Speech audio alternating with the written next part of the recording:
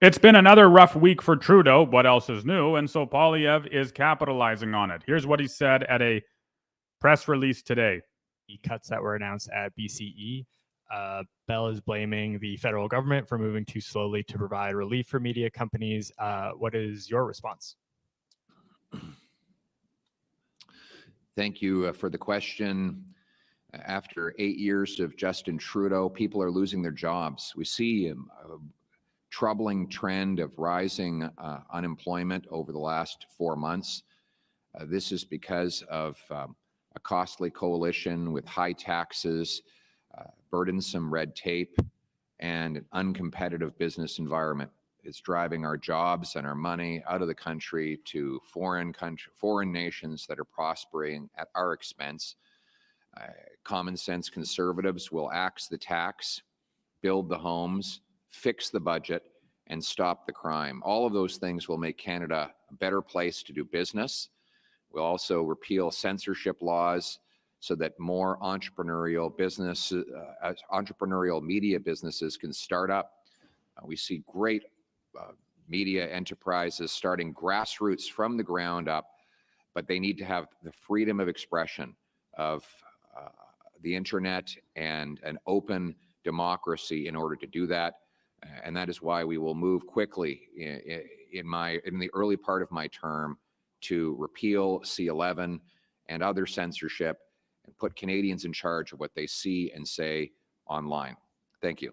So the answer to Trudeau's debacle is simple. Government needs less involvement in the market. That's the answer. And in every market.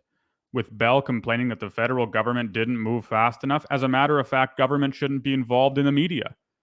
Government shouldn't have any involvement in the media. Government shouldn't have any involvement in the market. Whenever they do so, they distort it, and they distort it so that they can achieve whatever objectives they might have. And, of course, their objectives are not profit maximization or anything else to do with fiscal common sense, but rather being reelected. So government will give jobs to a company so long as that company pledges support to the government. It might be economically a ridiculous contract to hand out. What does government care? It's not their money anyway. The Liberals, the NDP, this putrid coalition, this unholy matrimony, has too much involvement in the market, and it needs to be completely cleared. You can't just replace who's there now with better men and women. No, instead you have to completely annihilate the jobs, the government position, the size of bureaucracy itself. Thank you. Next question. Hi, good morning. Bob Mackin with the Breaker.News. I wanted to ask you a question about gatekeepers from a different perspective. The gatekeepers, the people that are behind government offices that spend tens of millions of dollars, if not hundreds of millions of dollars a year, keeping public records secret, delaying the release of public records, keeping them away from the public that pays taxes for the public records about how the government operates and us in the media. Information Commissioner Carolyn Maynard has called the system broken, and she's called out the Trudeau government for not upholding the law. And of course, we know the Prime Minister promised in 2015 disclosure by default. It hasn't been that way. There's new stats out this week about the immigration, finance, and health departments being among the highest blown deadline rates, and how finance and environment have among the lowest full disclosure rates of documents. And meanwhile, there's also the $700 million or so that are spent every year of tax dollars to administer the House of Commons, which is not covered by the law. Very little information, relatively speaking, is released to the public that owns the institution. So if you form government, will you fix the access to information system? What would you do to fix it?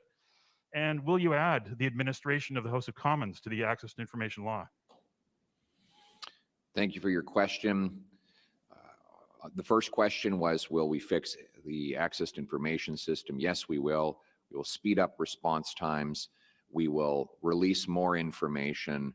We will give the commissioner more power to override the gatekeepers within the government and favor transparency over secrecy.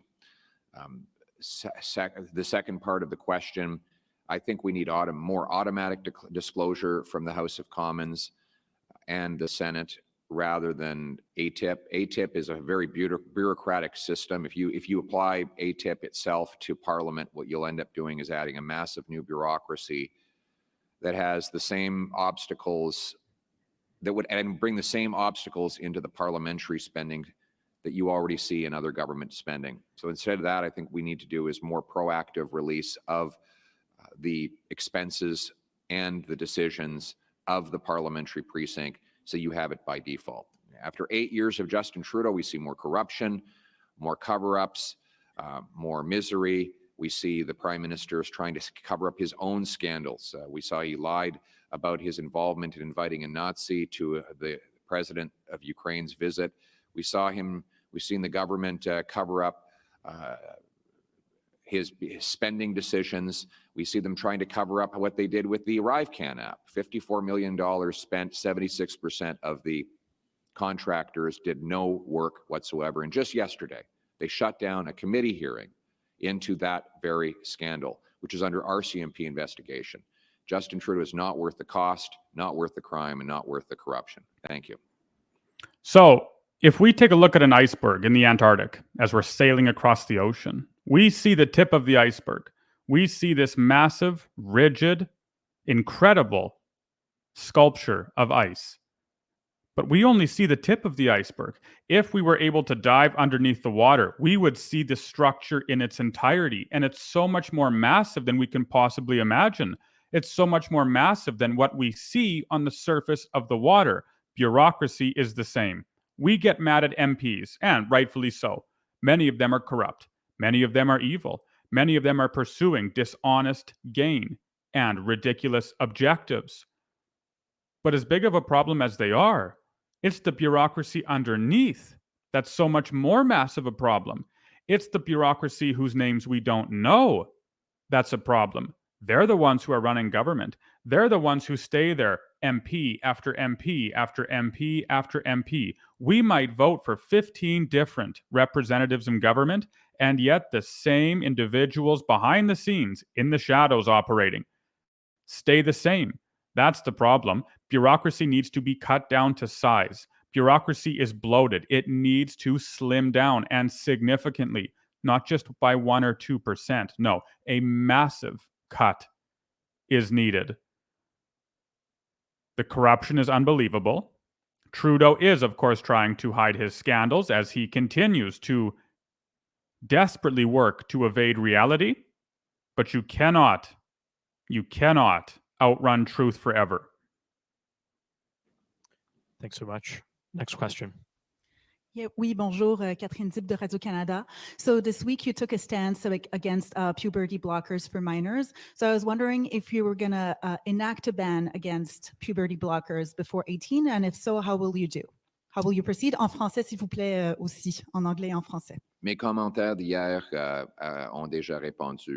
Minors Donc, je vous invite de regarder ces commentaires. Okay, for minors after I answered that. own convention, you're on hormone. Question. Okay, my question is similar. Will you enact a ban on hormone or puberty blockers for minors after your own convention, your party's convention, endorsed such a policy? I answered that question yesterday, so I invite you to look at that answer. Thank you. It's a weak answer. The answer should be yes.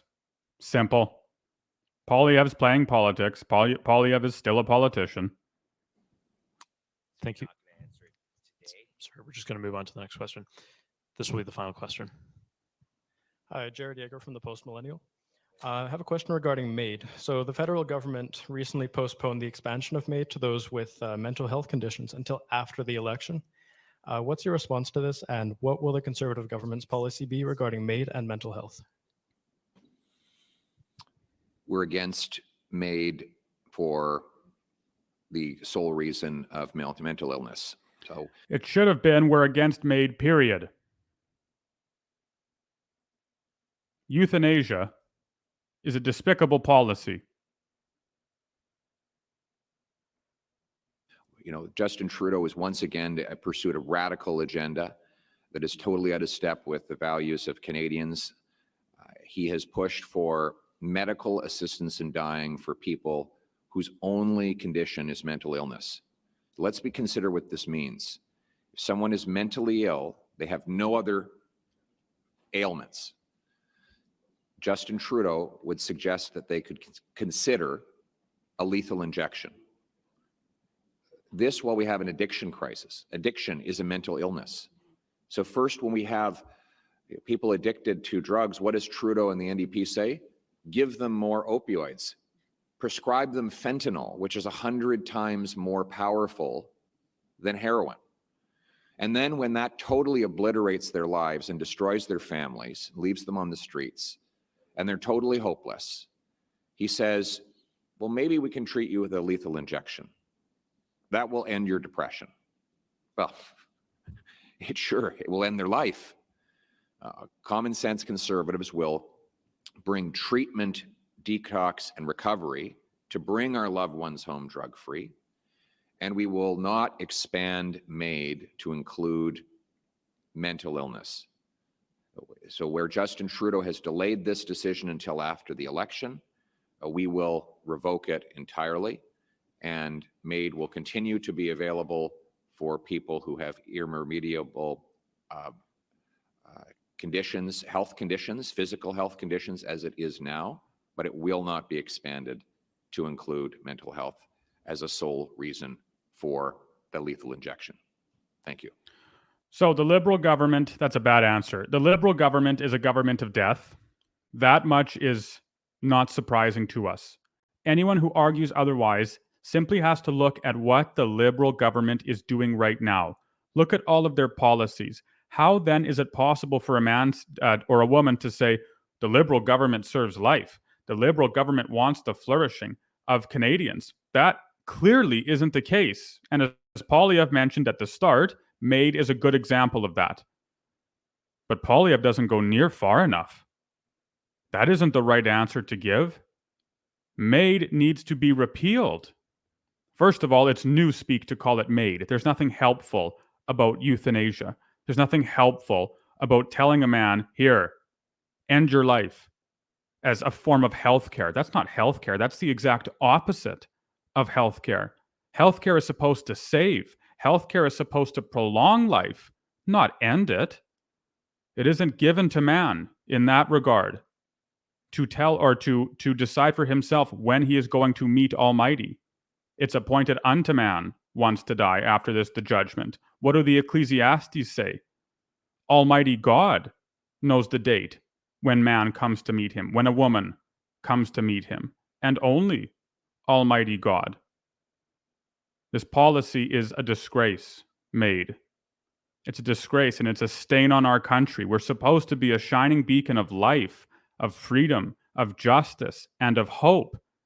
Here, says Trudeau, here's your hope, a needle filled with poison.